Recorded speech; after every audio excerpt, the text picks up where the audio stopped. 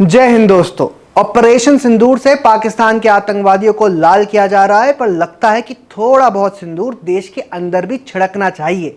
नहीं, बॉम्ब गिराने की बात नहीं कर रहे हैं, बल्कि पत्रकारिता के नाम पर गालियां खाने वाले शेखर गुप्ता के प्रोपेगेंडा के भांडाफोड़ करने की कर रहे हैं।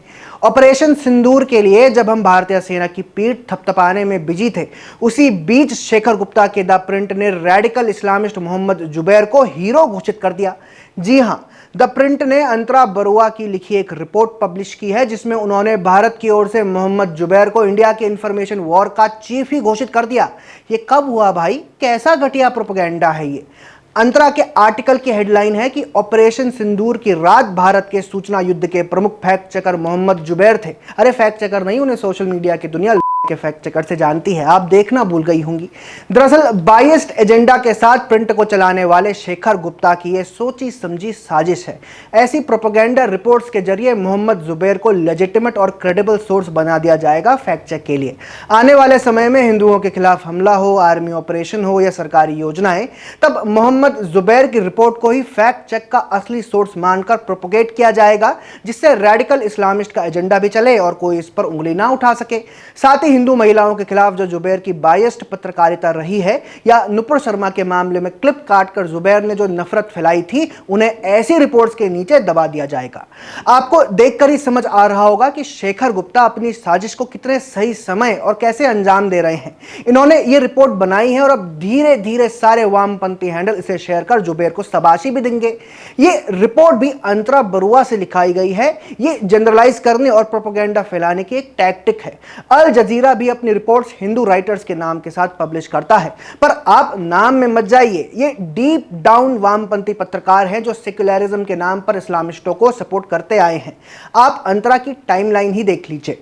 Marxism still sells in Modi's India, left word books is thriving.